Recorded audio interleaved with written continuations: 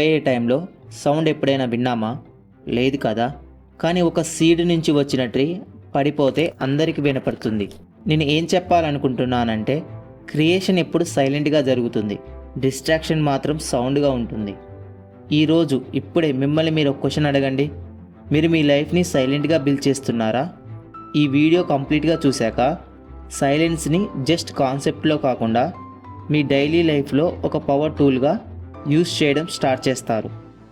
అందరూ సైలెన్స్ అంటే నోరు మూసుకోవడం అనుకుంటారు, కానీ సైలెన్స్కి రియల్ మీనింగ్ మన బ్రెయిన్లో ఉండే అన్నెసెసరీ థాట్స్ని డిస్ట్రాయ్ చేయడం. ఈ జనరేషన్లో మనం బ్యాడ్ హ్యాబిట్స్కి, బ్యాడ్ థాట్స్ని డిస్ట్రాయ్ చేయడం కాకుండా మన లైఫ్లో వాటికి ఎడిక్ట్ అయ్యాం. అండ్ మన డైలీ లైఫ్లో ఏం చేసినా అందరికీ తెలియాలని మన వీడియోస్, ఫొటోస్ని సోషల్ మీడియాలో షేర్ చేస్తాం. దీనివల్ల మన లైఫ్ గ్రోత్ ఆగిపోతుంది. అండ్ నీ లైఫ్లో సైలెన్స్ లేకపోవడం వల్ల స్ట్రెస్, యాంగ్జైటీ, ఓవర్ థింకింగ్ పెరుగుతాయి. ఇప్పుడు ఈ జనరేషన్లో మన లైఫ్ ప్రైవేట్గా అండ్ సైలెన్స్తో బిల్డ్ చేయాలి. మనం ఇప్పుడు సైలెంట్గా మన లైఫ్ని ఎలా బిల్డ్ చేస్తారు?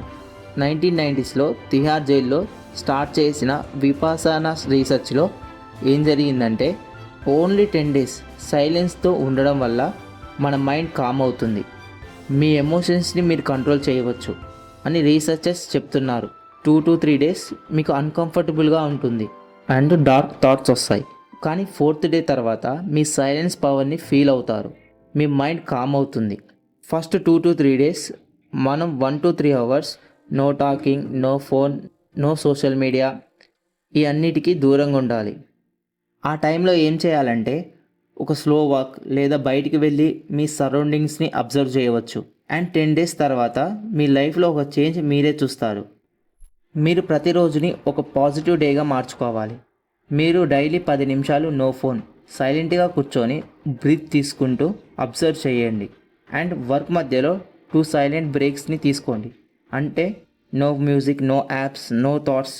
ఈ స్టేట్లో మన బ్రెయిన్ 0 థాట్స్లో ఉండాలి. మీరు ఏం చేసినా సైలెంట్గా అండ్ కాన్ఫిడెంట్గా చేయండి. ఈ వరల్డ్లో మీ మాటలు ఎవరు వినరు, మీ రిజల్ట్ మాత్రమే చూస్తారు. మీ రిజల్ట్ కోసం సైలెంట్గా హార్డ్ వర్క్ చేయండి. అందరికీ తెలిసేలా చేస్తే వాళ్ళు మిమ్మల్ని స్టాప్ చేయవచ్చు లేదా డిస్ట్రాక్ట్ చేయవచ్చు. దానివల్ల మీ రిజల్ట్కి ఎఫెక్ట్ అవుతుంది. అండ్ నీ చుట్టూ ఉన్న వాళ్ళని వదిలేసి సైలెంట్గా హార్డ్ వర్క్ చేసి నీ ఎంపైర్ని బిల్డ్ చేసుకో.